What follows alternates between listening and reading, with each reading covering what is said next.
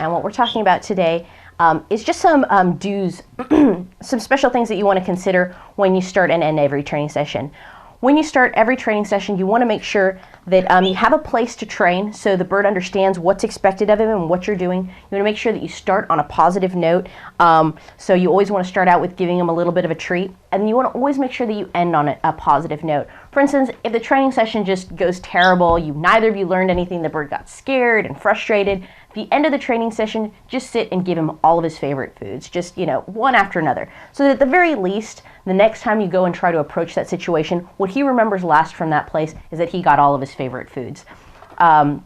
This will help make sure that at least that if nothing else, if neither of you have learned anything, you've created a positive relationship with your bird in that interaction. It has been a positive experience for both of you. You both got a chance to, experience life outside of the cage. You got to talk to each other, learn about each other. Not every training session is going to end with your bird learning something.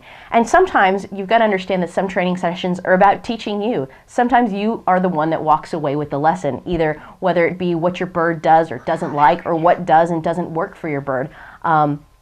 Every experience can be learned from for both you and your bird. So just, again, remember that if it doesn't go the way you wanted it to, try and, at the end, make sure it's a positive experience for both you and your bird, and always end on a good note.